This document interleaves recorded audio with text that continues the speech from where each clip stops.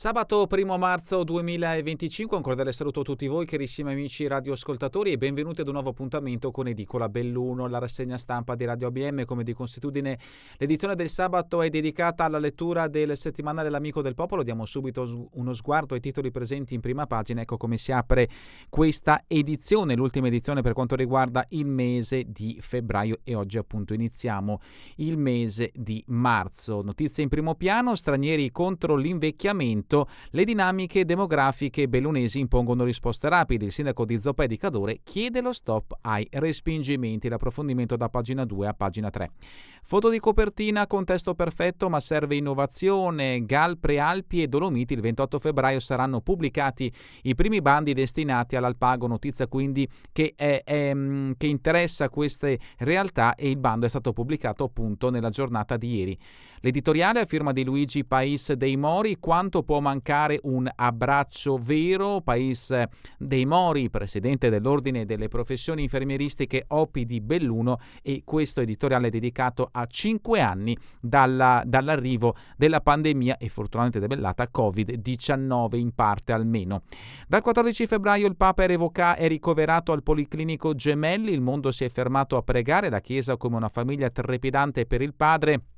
E questa riflessione: agli albori della Chiesa è capitato che Pietro era tenuto in prigione mentre una preghiera saliva incessantemente a Dio dalla Chiesa per lui. Allora c'era la persecuzione. Oggi il successore di Pietro è bloccato dall'età e dalla malattia. Storie di chi resta: Elena Cesco Resia fa l'avvocato, ha studiato a Milano ma per lavorare e vivere ha scelto di tornare nel suo Comelico pensando alla qualità della vita per sé e per la propria figlia Anna. È una storia di chi resta. L'approfondimento lo troveremo a pagina 17. Altri richiami Chiesa: Monsignor Battocchio il nuovo vescovo di Vittorio Veneto, Calalzo, Auronzo e Cortina il treno dei desideri. Ma addentriamoci all'interno di questa edizione dell'Amico del Popolo.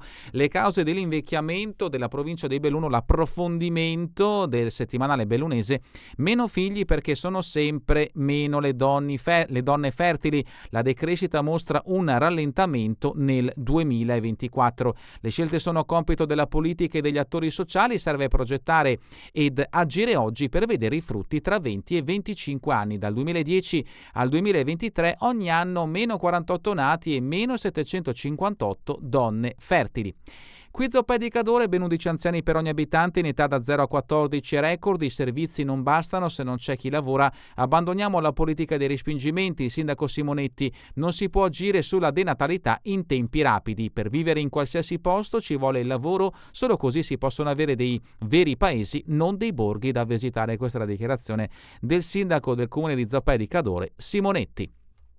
A San Nicolò di Comelico l'indice di vecchiaia frena, il dato è 168,5, in provincia dati Adico su Istat 253,3, in Veneto 202,9. L'aumento dell'indice di vecchiaia segnala che la parte anziana della società cresce rispetto alla fascia giovanile. Dolomiti Bellunesi, pagina 5. Viviamo nel contesto perfetto, ma in un mondo sempre più anziano sono cruciali servizi e innovazione. Il 28 febbraio saranno pubblicati 2 bandi destinati esclusivamente all'Alpago. L'intervista al direttore del GAL Prealpi e Dolomiti, Matteo Aguanno. Chiesa locale, diocesi in festa per il nuovo vescovo. Vengo tra voi per custodire e far germogliare i semi di speranza già presenti. Il 24 febbraio il Papa ha scelto Monsignor Riccardo Battocchio, vescovo che interessa alcune zone della provincia di Belluno. In questo caso parliamo delle parrocchie di Mel, Lentiai e Trichiana. Ancora dalla chiesa locale: la chiesa che morirà a Colcumano, formazione per il presbiterio e i diaconi, una provocazione forse scomoda ma che cela la profezia. Vita missionaria: la Quaresima con gli occhi dei bambini, un sostegno per l'educazione e il benessere dei bimbi che vivono accanto ai nostri missionari. E da Belluno vince Caleipo con 1001 notte. Si parla in questo caso di Castiona, pagina 10 dell'Amico del Popolo. Buona partecipazione nonostante la concomitanza con la rassegna di Sedico. Sempre dal capoluogo prende forma l'isola che non c'è, interventi negli altri parchi del comune dove verranno posizionati vecchi giochi. Sedico e Sospirolo, 9 nuovi alloggi con il co-housing. I 2 interventi riguardano l'ex latteria del Mas e l'edificio comunale ex ECA. Da Sedico, messe più vive, cambia l'orario. L'approfondimento vi aspetta a pagina 12. Pagina 13, Feltre, una nuova fontana a Farra. Quella antica provvista del lavatoio era stata demolita negli anni 60 e Feltre dà l'addio al gigante buono. Il Il funerale di Valentino, parliamo di Valentino D'Alberto, quasi tutti nella periferia della città di Feltre e nelle frazioni conoscevano Valentino D'Alberto, scomparso purtroppo a soli 52 anni. Non era un personaggio famoso di quelli noti omaggiati, ma un ragazzo sfortunato, un diversamente abile. Ancora da Feltre alla Stanza del Sollievo Realtà, il progetto per le cure palliative è stato portato avanti da mano amica, è stata denominata il Sentiero dell'Aurora, è destinata alle persone malate ma anche ai loro familiari. Da Lano, FAI, Fondo Ambiente Italiano, si apre a settembre Malga Fontana Secca. Santa Giustina, rimaniamo nel Feltrino con pagina 15 dell'Amico del Popolo, Giovani e Lavoro, i premi Perotta, è intervenuto Luca Anselmi, il fallimento, la possibilità di non riuscire. Le borse di studio a Isabella Canal e ad Angela Zanin.